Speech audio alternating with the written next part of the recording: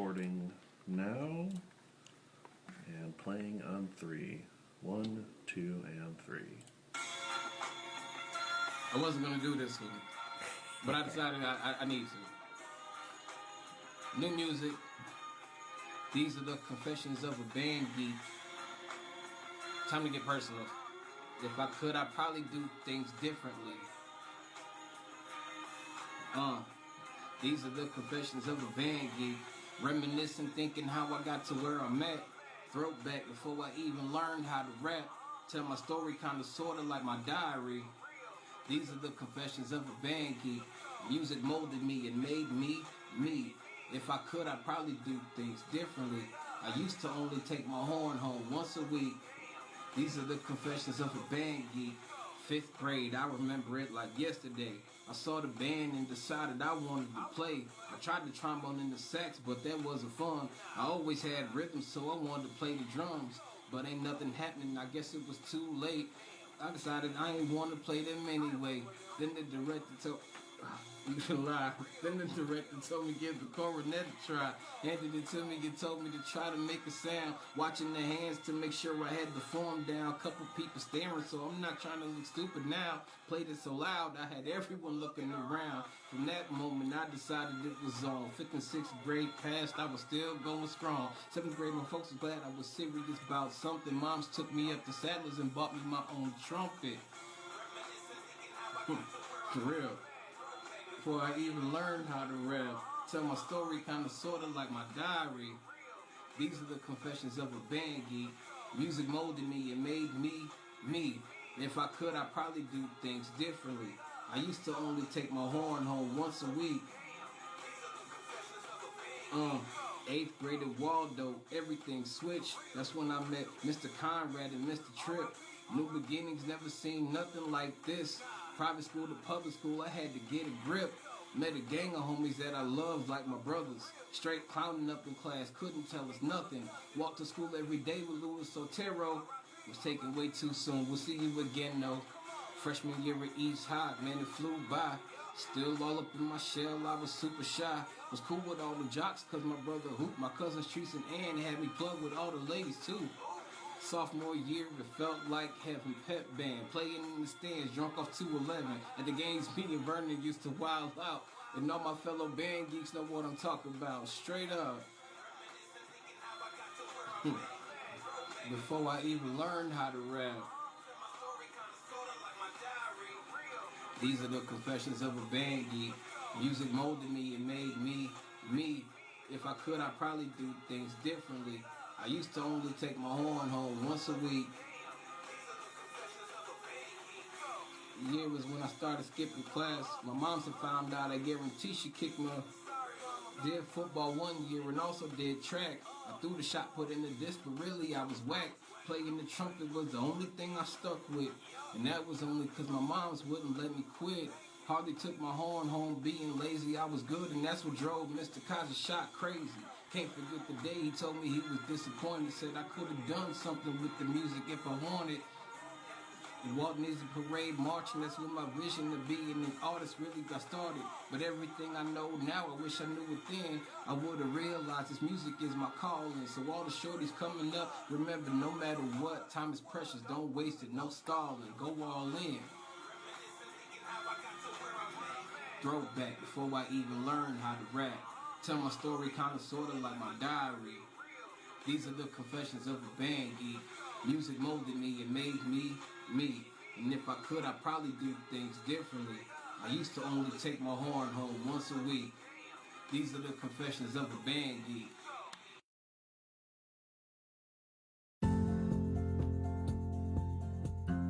Rise and shine. Pour yourself a cup of coffee and tune in to Good Morning Aurora. News, weather, and really cool interviews. Monday through Friday from 8 to 9 a.m.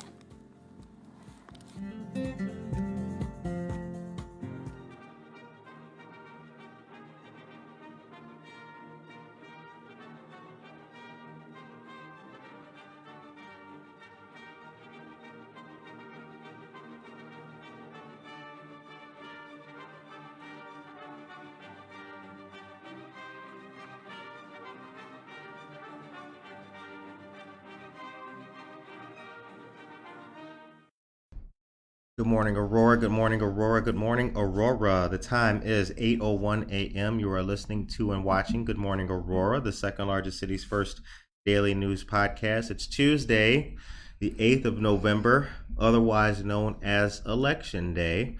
I've been telling you for about 2 months now to vote. We voted early. I know you voted early. Yep, Absolutely. voted early. Yep. I voted early. Everybody we know voted early. If you are a Good Morning Aurora listener, we expect that you voted early as well. But even if you didn't, we're okay with that. We understand you're busy, but we expect you to vote today. We have a great guest returning for her. Is it the fourth time? It's the fourth. I was going to think the third. No, because we did two as Kendall County Dems chair when I was in that position. That's right. We did one when I kind of first transitioned into that, and then one over the summer. That's right, we did. So this is number 4. This is number four. Brooke Shanley, candidate for Kendall County Board. Good to see you. Good to see you, Curtis. So we talked before the microphone came on about the day and the importance of it. Yeah. To start off with, what's the importance of voting for those listeners? Your vote is your voice. I know that's cliche. I know we hear that all over all the media, right? But it's the truth. And if you're not fulfilling your civic duty and your responsibility as a citizen of this country and informing yourself on the people who want to represent you and casting a ballot with your decision as to who best represents, not perfectly represents, Right. best represents the direction that you want to see the government headed, then, it's really hard for the government to do its job and represent you. Because Right. you haven't made your thoughts, your desires, your wants for this country to move forward, or even your communities in the case of county and then the upcoming municipal elections in April, right? If you're not doing that, then the system doesn't work. Right? And we hear that the system doesn't work. We hear a lot about how our vote doesn't count, it doesn't matter, the system's broken, we need to fix it. We have ridiculously low voter turnout rates.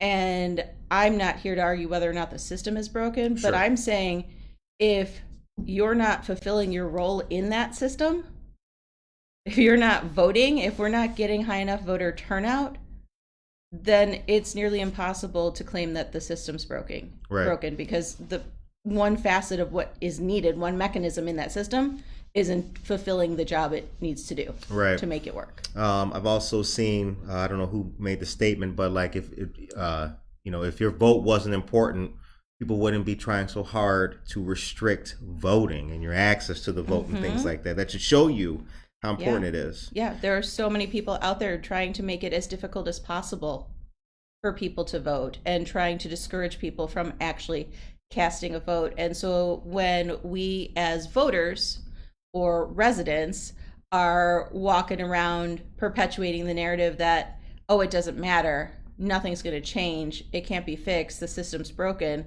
we're feeding right into what they want us to do because that messaging ends up becoming internalized. Right.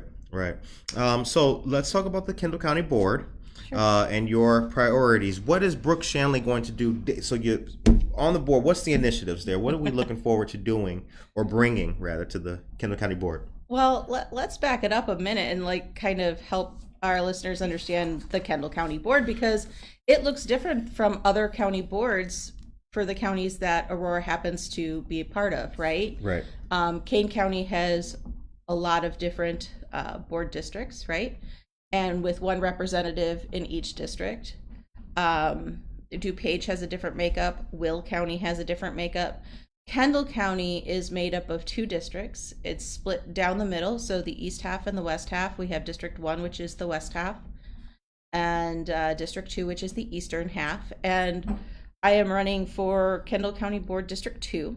So District 2 comprises a little bit of Aurora, which is where I live. Okay. Formerly Ward 9, soon to be Ward 3. Oh, wow. Yeah. Coming up because of the remapping. That's right. Mm-hmm. Holy cow, that's going to be Ward 3. Well, my part of Kendall, my precinct in Kendall is. The other 2 precincts of Kendall are still going to remain in Ward 9. Okay. And then we've got most of Oswego, a small slice of Plainfield, a small slice of Joliet, and the northernmost sliver of Minooka. So it goes straight down, and it's a rather large geographical area. Right. There are 5 seats to be filled in each district. So this is one of those races where if you're looking at your ballot, it will say vote for no more than 5. Right. Right? And then there are 8 candidates in my particular race. So 5 of us will be elected if all goes well at the end of this evening. Okay. All right. So what will you be watching at? We'll be watching. I'm going to be traveling tonight. Okay. I'm going to start my evening at the Kendall County Democratic office because they're doing a watch party at their office space on Main Street in downtown Oswego. So I'm going to stop in and say hi and thank you. And then Rep. Hernandez is having her watch party at McCarty Mills. So I'm going to make sure I stop by and say hello.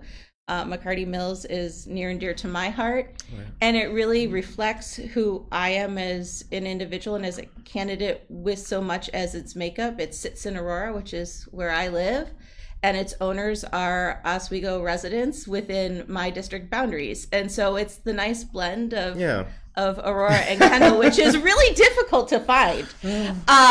So I definitely want to go give some love to McCarty Mills tonight and wish Rep. Hernandez the best. My state rep, Representative Stephanie Kifowit, she's having her watch party at Parkside over off of Hill and Montgomery Road. So I'm definitely going to be stopping by there this evening for quite some time. I know Kane County board members Michelle Gums and Mavis Bates and the Aurora Township Dems are going to be out of Tavern on Broadway. I'm going to make sure I say hi to them. And then there are some people who represent my area, but also have larger districts, and they're going to be up at a location that I'm waiting to get the address for in St. Charles. So I'm going to hop around and share the love. I'm going to share the love tonight. Good. Because it's all about the teamwork. Right. It's all about the teamwork. My whole campaign, I've worked really hard to collaborate and work with all of the people running who share my district space, right? Or where we share space together. Because when you work together, good things happen, right? You need to collaborate. You need to help each other to lift the load. And running a campaign is no easy feat. Whether you're already an elected official and you're running for re-election, whereas you're still fulfilling all of your duties as an elected official while trying to run your campaign. Right.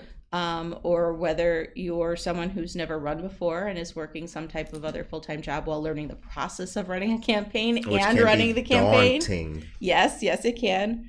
Or whether you're someone like myself who is teaching kindergartners through 5th graders all day long and then leaving, and literally your car becomes your mobile office and you're just working from the time you walk out that school door till the time you fall asleep. Right. Now you've campaigned prior to the pandemic. Yes. How has it changed between then and now? What's the, how have things, I know a lot of the processes are still kind of embedded in how one campaigns, but what's changed from then till now? So I've campaigned 2 other times. Once completely pre-pandemic, and that was when I hadn't ever run for anything before and didn't know which way was up.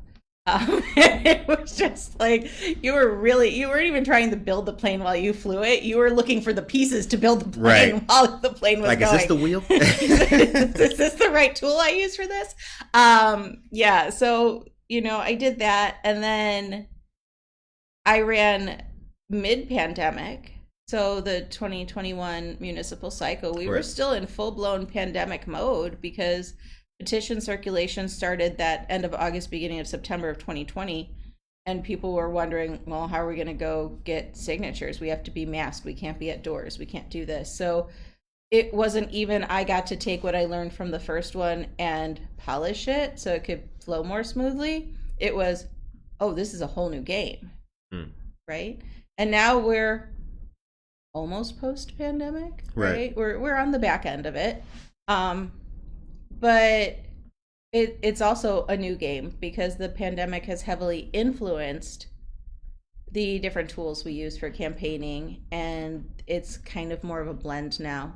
So, you know, the initial thing is whoever knocks the most doors wins. Whoever talks to the most voters wins. And I don't think that has changed, right? Okay. The idea is you want to talk to people who are going to go vote. You want to talk to people who maybe haven't voted before, and you want them to go vote because obviously voting is something we need people to go do, right? It's your civic duty, it's your responsibility. It is your way of helping to form a government that better aligns with the direction you want to see everything moving in. That hasn't changed. I think how we go about it and the different components used has blended slightly. With the pandemic, we went to a lot more social media and digital ads and a lot more texting, which was starting to come pre-pandemic, but I think really kind of blew up in the face of the pandemic, right? We saw a lot more text outreach to voters than maybe previously.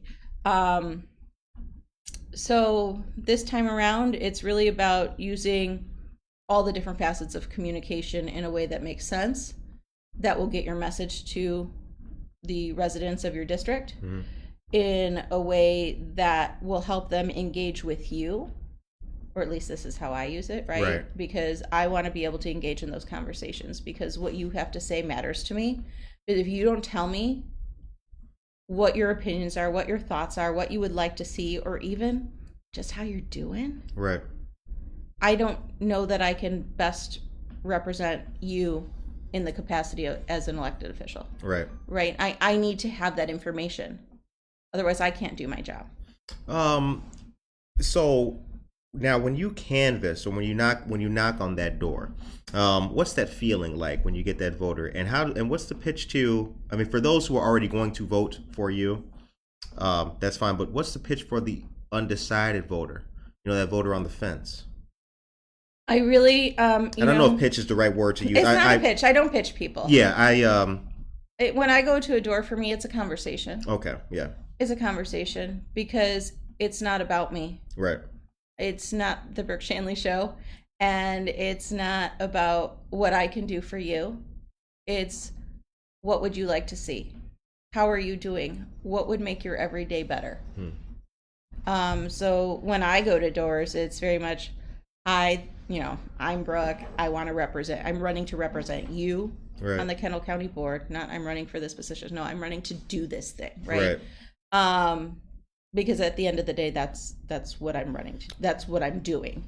And I'm just coming by to introduce myself to you. I want to let you know a little bit who I am, but more importantly, how are you doing today? I want to know how you're doing.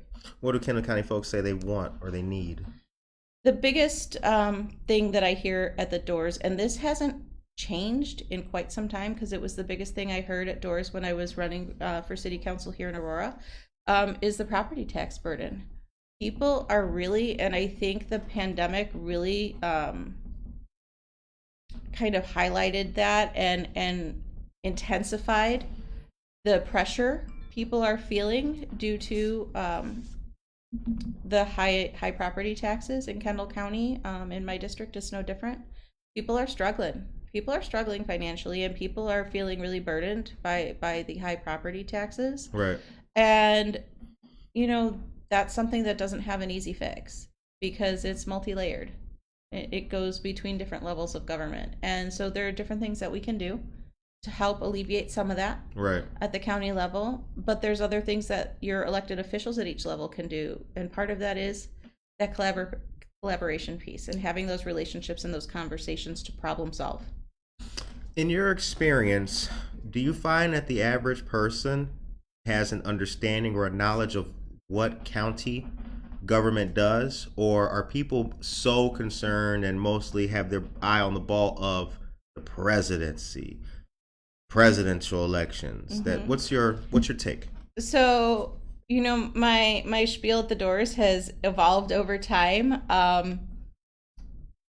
people ask, because when I would lead with, well, how are you feeling about things at the county level? Is there anything you would like to see more of from your county government? Or is there anything you think that's going well that you'd like to see more of? And very frequently I would get the response, so sorry, don't really know what's happening at the county level. I don't know what they do. And that is a red flag for me, not because of the resident that's speaking that per se, but that means to me that I need to look into better ways to engage the residents of Kendall County in our county government. And are we being fully transparent with our processes? Is it easy to access meeting minutes? Is it easy to access all the things that they would want in order to be able to be more engaged in the county level government? What can we do to create more access? Kendall County is the fastest growing county in the state. And the fastest growing portion of Kendall County is the southeast corner, which is Plainfield, Joliet, Minooka. And a lot of the people moving in speak languages other than English. And so Kendall County, which has been historically white and English speaking, needs to find ways to create better access and remove barriers to access, not just to government and elected officials, but its government services as well. Right. Now, with that growing population, do you find that the board has been trying to keep up and they just could do a better job, or have they not been trying at all and the outreach is, decrepit? Are they keeping pace with it, trying to do? I'm not outside looking in kind of assessment. Well, I'm not privy to the conversations behind the scene with the board, so I don't want to make any assumptions, sure. Right? And falsely lay blame or make accusations that turn out not to be true. Sure, right, okay. However, as we know with anything, there's always a moment to stop and reflect, and to evolve and to do better, right? And so I think this is really a time where the Kendall County government needs to stop and reflect and take into consideration the rapid expansion of our population within the county, where it's growing the most, who our new demographics are, and what can we do to be better. What can we do to be better? That's a good message. Saul Olivas, good morning. Good morning, Brooke. Good morning. Sandy Martinez, Jennifer Ryan Mates, and Karen Caputo. Good morning to all of you great people out there. Tracy Duran, good morning to you as well. Good to see you. The time is 8:19 a.m. So as it's been a long campaign. I'm seeing people with their posts. I'm tired of the commercials. Thank goodness this and that. Where are the voting locations that folks can or should go to in Kendall County? Are you able to share? So the one voting location that's been open throughout all of early voting is the county building in Yorkville. Okay. Also the Oswego Village Hall, the Montgomery branch of the Oswego Public Library. Oswego High School is a general polling location. I believe anybody within the county can go there. Mm-hmm. And then there are varying locations depending on your precinct, but we even have a polling location down in Seward Township, which is Minooka, which is where I was at midnight under the light of the full moon planting yard signs. You took a picture. I did. I like that picture. I saw it this morning, but I was like, "Ooh, I'm feeling that. I am going to all parts of the county because all parts of the county matter." Okay. You're an Oswego resident. No, I'm an Aurora resident. Excuse me. You're an Aurora resident. I've never been to Minooka.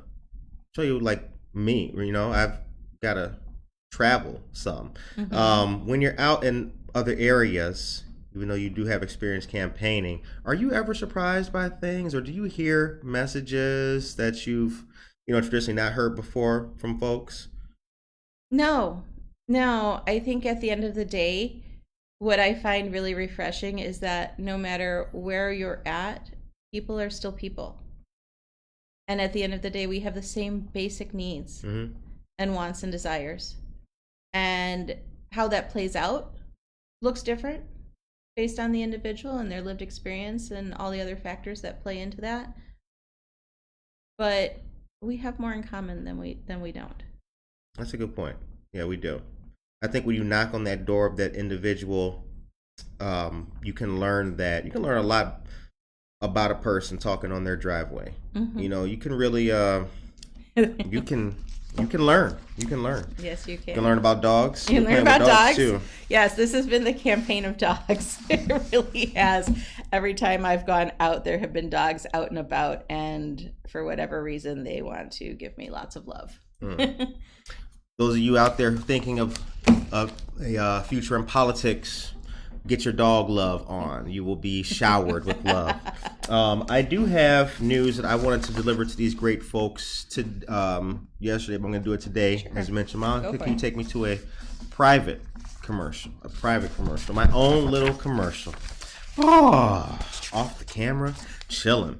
Brooke, what should we hit him with? Should we hit him with Terminal Building, or should we hit him with Apartment Complex, Fox Valley Mall, Sears? What should we hit them with? What are they? Let's make it spicy. I'm asking my guests now, like, it's not just me delivering news. Let's make it democratic. I have another choice that I know you have in there. What's up? The firefighters. Okay, all right. We can start. I'll do that. Let's give our firefighters some love. We'll give the firefighters some love, and then we'll do housing. Aurora City Council is set to vote today on a new contract for firefighters, a new 4-year contract with the union representing the city's firefighters. Aldermen are likely to approve the contract tonight with Fire Local 99. They represent more than 170 firefighters on the department.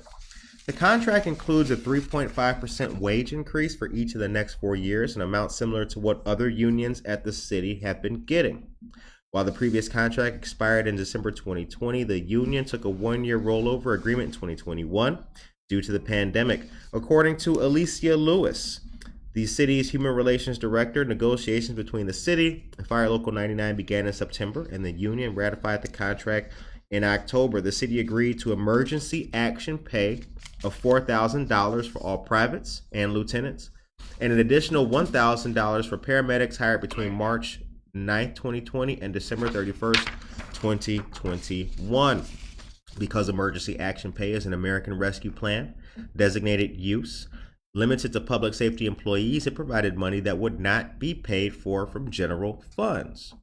The 4-year term of the contract also includes 2 increases for the employee contribution to the health insurance premium. One is 17.5% in 2024. The other is 18.5% in 2025. That is an increase from the current 16.5%. And according to Chief Management Officer for the City of Aurora, Alex Alexandru, the deal is good for both parties. The federal money was a chance to pay firefighters for the last 2 difficult years. The time is 8:24 a.m. The Terminal Building reopens in downtown Aurora after being vacant for almost 20 years. Let's do a little bit of history real quick. Check this out. The Terminal Building was built in 1905. Did you know that? As the Hotel Arthur. It later became an office building and held main offices for several interurban electric railroads, including the Chicago, Aurora, and Elgin. It was a terminal for the CA&E at one point, which is what gives the building the name for which it's known. It's also on the National Register of Historic Places. How cool is that? The last thing open in the building was the Broadway Diner on the first floor, and that closed in 2003. It's since been vacant, and at one point the building was deteriorating and accumulating citations from the city for its condition. Mayor Richard Irvin pointed out that it's been 70 years since some of the terminal building's upper floors have been open, or, quote, 70 years since we've seen lights on in the upper floors of this building, close quote. How do I know? The project ended up being $14.6 million, most of which was paid for by urban equity. The city included several short-term loans and forgave some interest in those, a $600,000 grant and a $75,000 finish line grant. The city also created a tax increment financing district on the property that would create an increment to pay for some of the development related costs. Good stuff. Were you there? Did you see the ribbon cutting? No, I did not. I was at school. Okay. Oh yeah. Let's go to that. You're a teacher. Yes. You are a teacher. What's it like being a teacher and a politician? They're really quite intersectional, actually. I mean, as a teacher, your job is to help and support and develop and grow and really advocate for the needs of your students and their families and the communities that they live and work in. Mm-hmm. And the job of a good elected official is to help and support and develop and grow, Right. the area that, or work in tandem with other officials to grow the community and create a safer and better and happier environment for our residents. Safer, better, happier environment. Yeah, we need to advocate still for our youth and the families and the communities they live and work in, because when they are doing well, then society's doing well. Right. I've always felt like was our executive director says, it's not just our household, our neighbors need to be doing good as well. If our neighbors aren't doing good, then chances are that we ourselves could potentially not be doing as good as we can. I've always seen politics as a great way to really make that good impact in somebody else's life. My words, but there probably is no better way to do that besides perhaps healthcare. Is that an outlandish statement? I don't think it's outlandish. I think a lot of people have lost hope, or at least lost faith in our governmental systems and structures, and feel very disheartened and disillusioned with some of the things that have played out over decades, right? Like, this isn't like something just from yesterday or the day before. But there's always hope. And when we start looking at our politicians and our elected officials as real people, which we are, right? Mm-hmm. And get back to the fact that we're all people and we're all humans trying to have a human existence and trying to make the best of this one life that we have. I think we can push some of the other things to the side and get really to the core of what matters. And I think when we do that, things will start to change. When we start to see the humanity in everybody in all roles in society, whether they are, the president, county board member, firefighter, first responder, garbage man, the cashier at the grocery store. Right. I mean, regardless of what your job title is, your job title isn't who you are. You're a human being at the end of the day. And I think we need to start getting over that and moving back to what you commented on. It's not about just me, myself, and I. It's about my neighbors too. Right. We all do better when we all do better, right? Right. And really just kind of embracing that, which has been kind of a guiding philosophy in my life. I think there's a lot of hope to be had if we just kind of stop and get out of our own way. Stop and get out of our own way. That's a powerful statement. Maria Chorito, good morning. Casildo Casey Cuevas, good morning to you. He says, teachers build our kids' foundation to a better future. Mm-hmm. Now, that's well said. I agree with that. Kyle Shimshak, good morning, dear friend. And buenos dias, amigos, to you as well, Jen Ingram. The time is 8:29. All of you people in the chat should have voted already. Yes, I hope you did. And seriously, if not, the polls are open right now until 7 o'clock tonight. Because we know a lot of you. And if you're in line at 7, if there's a line and you're in line and it's 7 o'clock, don't leave. You still get to vote. Right. I don't want to see you tomorrow. Hey, Curtis, what's up, man? No. Did you vote?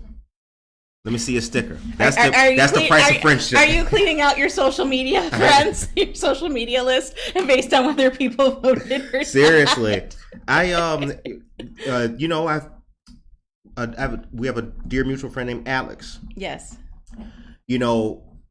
Back before I really, I guess, understood the strength of what school boards and county boards, back when I was just a presidential voter kind of guy, I had friends like him and others who were all just texting me in the morning, did you, right? And now I'm that guy. Yes, you are. Now I'm that guy. Like, people, good morning, brother. Good morning, nothing. Did you vote yet? Oh, I'm about to do it. Well, no, go right now. Yeah, Let's exactly. Go. Who are you bringing with you? Bring a friend. Bring 5 friends. Yep. Have them bring 5 friends. So I've seen your ads. I've seen your posts, which are great. Thank you. I've seen you interacting with folks. I've seen the pictures of you talking to people and things like that. is your job easier because of the experience that you've had doing this? And I do want to touch on your background as an educator, and have you detail that. For a person who's dealt with so many young people and their parents, do you feel like you have that leg up, so to speak, because of that, as opposed to the novice? Because you were doing education when you started. Did that make it, for lack of a better term, easier for the person who's out there who's been considering? Because a lot of people are considering running. And Sure. I've been teaching for nearly 20 years now, so a couple decades, right? What you get, the skills you garner from teaching, from being an educator, are really just how to make those split-second decisions. Your awareness, your observational skills, your ability to hear what's not being said, right, becomes extremely heightened because you're looking at all the cues that are coming at you, because that's what you have to do especially when working with the smaller children, right? Because their verbal acuity is not necessarily as evolved as some adults, right? Right. They're still growing and developing that. It's a whole thing. Right? So you have to look at all the cues and make sure you know what they're coming at you with, and not just what they're saying and how they're saying it, but all their emotions and how that's impacting their ability to do whatever it is you're trying to help them to be able to do. I've taught everything from kindergarten through 8th grade, and I was a higher ed adjunct for a while, so I've even taught adults. I've presented at numerous conferences, again, which is another way of teaching, right? And to adults. And so just through all of that, you learn how to negotiate space. You learn how to create space for others to feel safe and to be able to express themselves, take the risk in expressing themselves. People are a lot more reserved talking face to face than they are on a computer screen anymore, as adults, right? There's a lot more confidence and bravery and risk taking that comes from the keyboard warriors. When you can't be seen, people are crazy. Right. And so all that comes to play when you are out talking to residents within your district. You're able to kind of sense what they're putting out. You're able to instantly intake all of the cues, so you kind of know how to guide the conversation. And teachers, we guide conversations, right? Because when we do that, we keep our students focused and we help them get to the next step, to get to the next step, to get to the next step.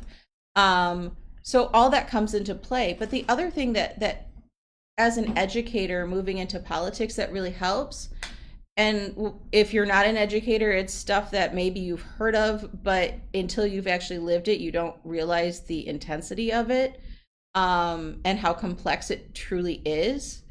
We have a million different things being thrown at us from a million different directions, and it all needs to get done yesterday. Right? While sitting with a room of small people, right? Yeah. Like young people. And so the ability to really be organized and to multitask and to be able to address skillfully and productively all the different facets, from communications and emails and phone calls to planning and organizing to communications. Right. Those are all really huge skill sets for educators that we have developed throughout our years as we grow and develop our craft. And those are all really key pieces that play into a successful campaign. So yeah, educators have the ability to do amazing things in politics, from running a campaign, from multitasking, but even once elected, because we come with so much heart and we come with the ability to really problem solve and see the bigger picture, but to then deconstruct it into its smaller pieces so that we have steps to take to reach that goal. Right. We come with all that because those are things we're doing on the daily in our classrooms, in our professional lives as teachers. The past 2 years have shown us a lot. Are women where they need to be yet, in your opinion, in regards to politics, serving, being in those positions of leadership, or on the respective sports and on their way to those next. No. No. Okay. No, women have a long way to go still. The inequalities between the genders are really vast still, even though people can say we've made progress, and we have, if you go back and look. But the progress we've made has been very small and very limited, and there's still a lot that works against us, and there's still a lot that we need to overcome. And it's not just about men and women, because it's not a binary. We need to think of all the different representations of gender and moving forward in that way too. Who've been your mentors? In life, in politics, in career? Where are we going with this, Curtis? We'll start with life. We'll start with life. We'll start with life.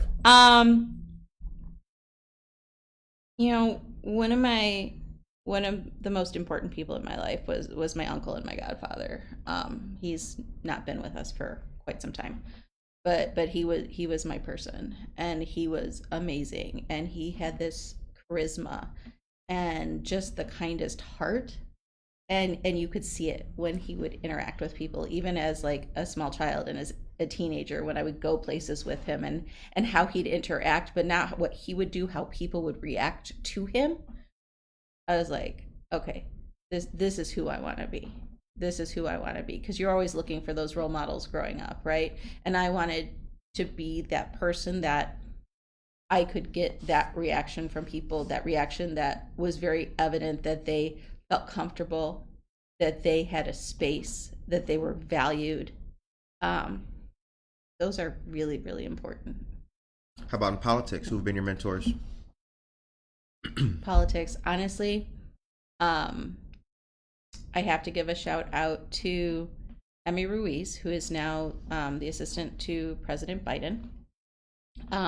If it weren't for her and a couple of my union sisters pushing me to attend a training that through my union, the National Education Association, they have a program called See Educators Run, where they actually, send you to a weekend training conference to learn how to run for office. Okay. And I went back in 2018, the spring of 2018, and Emmy Ruiz was one of the trainers, and we connected. And when I went, I had no notion in my head that I was ever going to run for office. No. I'm just here because some of my union brothers and sisters said I needed to come. And I'm just chilling drinking water. And it might help me to be a better volunteer for people and to knock doors better and to make better phone calls for other candidates. I'm not running for office.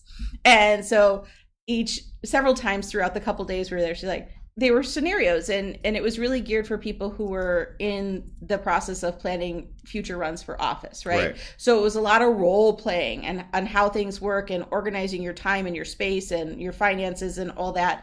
And so it was always like, she'd come, so, and what are you running for again? Like, nothing. Right. Nothing. I'm not running for anything. I'm just here, and I'm going to learn everything I need to learn, and I'm going to take it back and see how I can employ this. So the last day, she's like, okay, I know you say you're not running, but I know you're going to run. But okay, at least find your county party and get involved. At least find your county party and get involved. Become a precinct committee person, because there's never enough. Those spaces are never filled. And if your precinct is filled, they can appoint you to a different one, and you can still help. You can adopt a precinct. You can do all these other things to help engage voters for the political party of your choice, right? So I was like, okay, fine, I can do that. I can commit to that. And literally, wow, May to October, I was already circulating petitions to run for my first city council run. And I hadn't planned on that. It just kind of happened. So without Emmy in that training, I would not be sitting here today. Shout out to Emmy. Shout out to Emmy. And the other people who have really been very supportive of me, definitely my state rep, Stephanie Kifowit. She has been incredibly good to me. Marine Corps veteran, shout out. And as well as Assistant Majority Leader Linda Holmes. Senator Linda Holmes has been extremely good to me. And I have to say, when I need advice, or I need a pick me up, or I need to just let it out, those are the people that I go to. since the first time you and I sat down for an interview, have you noticed we've been together since then? We didn't really like know each other before, but ever since then we've been connected. Yes, we have been connected. I'm glad to know you. I'm glad to know you, Curtis. Shannon Cameron, good morning to you, Shannon. She says, seeing the humanity in others, and we all do better when we all do better. Yes, love both these things, so simple and true. Absolutely. Saul Oliva said he voted. Yay, Saul. Right. Saul's got some news coming here, too. Oh, he does? Oh, okay. Saul, do we get to tell or what's going on here? We'll give, Saul needs to get his flowers. So Saul will have his day on this show. Yes. It's coming very soon. Yes. It's coming soon. The last time I saw Saul, I believe, was at the Kids Expo. Which is Rep Kifwitz. Rep Kifwood put on a fantastic event. First responder vehicles, fire trucks, Caterpillar, Illinois Department of Transportation. She had snow cones. Michelle Gums was there. Mm-hmm. They had pets, animals. Phillips Park was there with boa constrictors and turtles. It was a great event. Saul Olivas. You coming up, baby. You coming You're up. Next, You're coming Saul. up. You're next. He's Next up. time I'm going to be watching you on the show. You're on deck. You're on deck, Saul. Rent-A-Chef is here. Good morning. They will be on the show tomorrow. Monica, if you could please, the time is 8:42. Take me to another commercial real quick. Let me detail this piece of news for these great folks. All right. This is new. Completion of the 319-unit Lumen of Fox Valley, a residential complex built on the east side of the Fox Valley Mall, was celebrated with a ribbon cutting just last week. Officials for the city of Aurora, mall owners, Centennial Real Estate, and complex developers Atlantic Residential gathered for the event outside of the apartments at 59 and East New York Street, where 4 residents already moved in and 6 more are arriving next week. According to Scott Sampson, Senior General Manager for Fox Valley Mall, quote, "Welcome to the future, Fox Valley. We're very proud to celebrate this beautiful development, but our Fox Valley redevelopment does not end here," close quote. He was referencing things like Fox Valley Yard, directly across the street from the apartment complex. When completed, it will be a large green open space with a park, walking area, and entertainment venue built on a site where people once bought clothes, lawnmowers, and appliances.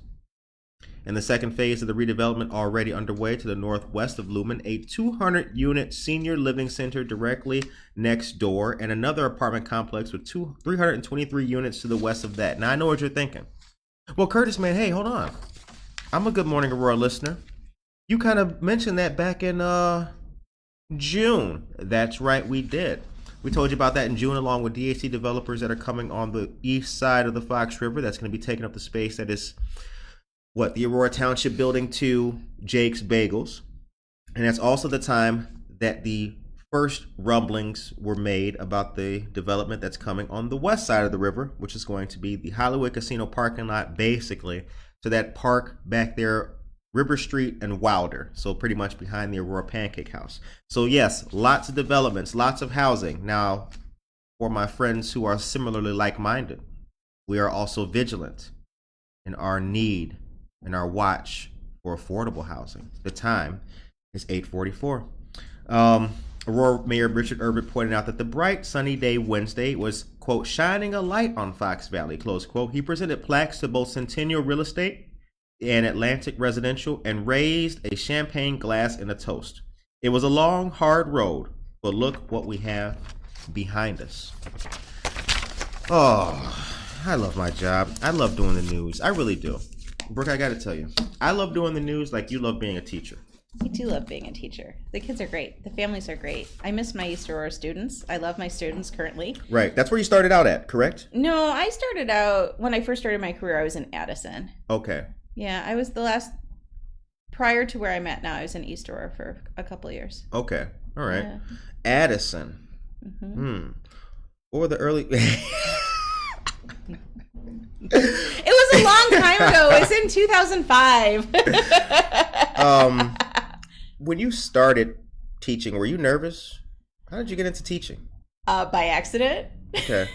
seeing a pattern here with things. I fall into things. I do. I let the universe kind of guide me. I do too. I really believe that you end up where you're supposed to be. I do what I'm inspired to do. That's right. No choice is necessarily a bad one, right? Provided there's no harm being done. I do follow the no harm policy, right? Do no harm. And you will eventually end up where you're supposed to be. Just your experience getting there will look a little bit different. Mm-hmm. So yeah, I fell in by accident. I majored in Spanish in undergrad, moved to Mexico for a year after I was done with my coursework, lived down there. I've actually traveled to more states in Mexico than in the US. I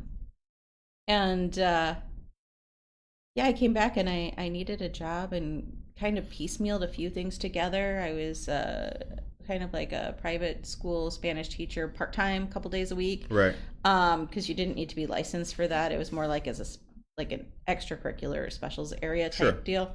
And then actually, the wife of someone on one of your shows was my assistant principal and is still one of my close friends. So you had Eric Dorsey on here the other day. I did. And his wife, Katrina, is a good friend of mine, and she was my first educational boss. Really? Yes. How about the world? The world is very small. Small world, but a good world with good people. Yes. Eric Dorsey is good people. He's a great man. I had just, that was my first time meeting him, actually. Shout out to Community Christian Church. That's right. Yeah. So I did that, and I was working for Little Friends in Naperville with children with autism. Mm-hmm. And I was working in Naperville 203 as a bilingual teacher assistant. And I had a couple other jobs too, tutoring, and I was piecing all the jobs together to make ends meet, right? So I know what it is to manage 4 or 5 jobs at one time. But the director at Naperville 203 told me, like, you don't need to do this. Like, you're a fluent Spanish speaker. Like, go take the state test that shows that you are fluent and that you can speak it, read it, and write it, and get your substitute certificate, which you can get because you have a bachelor's degree, and all you have to do is pay the application fee and turn in your transcripts and do a couple forms. And then you send all that with your test results, and they will give you a temporary teaching certificate. So that is how I got in. And so I walked into my 5th grade transitional bilingual classroom, and I didn't know what a lesson plan was, and I didn't know that I needed to buy borders and paper and crayons and like all the stuff. I just assumed you get that stuff. Right. So I'm here to teach, not bring the supplies. Right. So I'm sitting in my classroom, and there's all these boxes everywhere that were left in there, and the classroom space is empty. You know, it's end of summer. It's all packed up, desks stacked, whatever. And I'm sitting in a corner kind of doing the, oh dear, what did I get myself into rock, right? And a colleague of mine walks in, and she's like, hi, I'm Jen, and I'm teaching next door to you. We're going to be teammates. How are you? Are you doing okay? Do you need anything? And I'm like, all I could do is say, I have nothing. I don't know what I'm doing. I have nothing. And she laughed. She thought I was joking. We're still friends. And she's just like, yeah, I never believed you, but we still go back to that moment. She's like, nah, she can't possibly have absolutely nothing. But no, you did. You had nothing, Brooke. And so I taught myself how to be a teacher just through lived experiences in my classroom and through different professional developments in my district. And then my 5th year teaching, I actually started an education program. So my 5th year teaching, I took the graduate level course of Intro to Elementary Education. On your 5th year on teaching? On my 5th year. Wow. And I student taught in my 8th year. Oh my gosh. Yes. You're professional. All that. That's a beautiful story. I think we create our circumstances to some degree. We definitely influence our life paths and what happens around us. And I think legitimately, with few exceptions, because nothing's 100%, right? You can really learn whatever you need to learn if you are really determined to learn it. You find a way to do what you need to do. In the words of a great man named Hannibal Barca, we will find a way or we will make a way. Mm-hmm. The time is 8:50. Besides the obvious answer of voting, how can we, the listeners, help you? Vote. Yeah, right. Vote. Today, that's it. That's the most important thing today. But what our listeners need to know is that it's not all about the top of the ticket races. It's not about, I mean, and not to say that these aren't important, because they are important. Absolutely. But fortunately, unfortunately, depending on one's perspective, a lot of the attention, a lot of the media, a lot of the money, a lot of the resources go to those top ballot races. Right. Whether, you know, in a presidential year, it's the president, it's, you know, your Congress people, and here in the midterms, again, it's your Congress people who are at the top of the ticket. It's your governor and your state constitutional officers. And people do not really pay attention to the down ballot races. Right. They don't. Right. Like county board, which impacts your day to day. This is what has impact on your day to day, more so than any of those higher ticket pieces. Your judicial races. There are candidates right now running for Supreme Court Justice and Appellate Court Justice, and these seats do not typically come up for election. They typically end up being appointed because someone vacates midterm, for X, Y, or Z reasons. And these are the races that count. These are the ones that are going to dramatically impact your day to day, and these are the ones that you feel the most in your lived existence. So pay attention to those, because they don't get the airtime. They're not glamorous. They're the grunt work, right? They're the grunt work. You're the one on the ground. You're the one, you know, hitting the ground running. You're the one trying to work to find the resources, and they need your love too, right? Especially if you think about what you want your day-to-day livelihood to look like. And then the next piece is at 7 p.m. when the polls close tonight, we're not done. The work's not done. We are in the middle of getting ready for municipal races right now. Candidates for city council, candidates for school boards, and several other elected positions that are up for those April elections are already circulating petitions to get on the ballot. Our buddy here, Saul, who we've shouted out numerous times today, Saul Olivas, is currently circulating his own petitions to run for East Aurora School Board. So if you run into Saul, find him if you live within the East Aurora School District boundaries and sign his petition. It's, you know, signing a petition, people get a little confused about. I've noticed, you know, having collected signatures numerous times for not just myself, but other candidates. Signing a petition is not a promise to vote for that person. Right. It is just I would like to see this person be placed on the ballot. I would like to see them move forward in the process so that I have the opportunity to get to learn more about them and decide whether or not I want to vote for them when I cast my vote. So please, and you can sign multiple people's petitions for school board. So just because you sign Saul's doesn't mean you can't sign someone else's. You totally can. And the same goes for city council. I know I've had some people reach out to me that are currently circulating for some of the city council races. And you can definitely sign more than one petition. Do not let anyone tell you otherwise. You can do that. It's how you get to have choice on your ballot. If people do not get the signatures they need to file, then they go away, they disappear, they never make it on the ballot, and you don't have that option. You don't get to learn more about them. So I know Saturday and Sunday, my election will be over at 7 p.m. tonight, right? And Saturday and Sunday, I am going to be out knocking doors, getting signatures for candidates for the municipal cycle, because the work does not end. Right. The work does not end. Take a couple days, take a breather. That's fine. But get right back on it and know that there is another election. There is always an election in November in the even numbered years, and there is always a municipal election in April of the odd numbered years. So every single year you should be voting. That's right. That's right. All right, the time is 8:55. I did have one more question for you. In your opinion, is social media the whole thing? Is it helping, or is it making things more difficult, more contentious, perhaps? You know, social media has the potential to do a lot of good when used the right way. Sure. Right? Unfortunately, I think a lot of times many of us have become so enclosed in our bubbles. We surround ourselves with only people who share the exact same ideas and philosophies and ways of living that we do, that we forget there are so many other people out there that are also humans just like ourselves. Yep. You know, just trying to live their best lives. And we have a lot to learn from each other. It's not about me. It's about us. It's about we, right? And so if in my social media, I am only surrounding myself with individuals who are exactly in line, step by step in line with me, then I'm doing myself a disservice, because I'm not allowing myself to enter into conversations that could help me grow. I'm also putting blinders on to everything else that's happening around me. And so then I'm not as informed as I could be.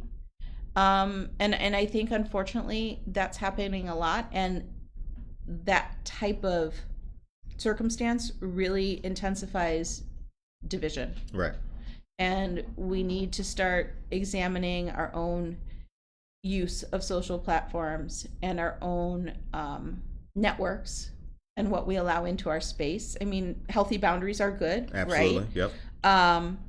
But I think we need to start embracing conversation again and not just screaming at each other through a screen. I think we've lost the art of conversation along the way. And if anything should be making a comeback, it's the art of conversation. Brooke Shanley, candidate for Kendall County Board. We appreciate you coming on the show. Always happy to be here, Curtis. Absolutely. Ladies and gentlemen, please do not forget to vote, to go out there and let your voice be heard. Do your civic duty. Be a good American. You're watching Good Morning Aurora, so you're already a good American. You are a true patriot for tuning in. We want to say thank you very much to all of our listeners, all of our fans, all of our subscribers, and everybody who watches and shares the show.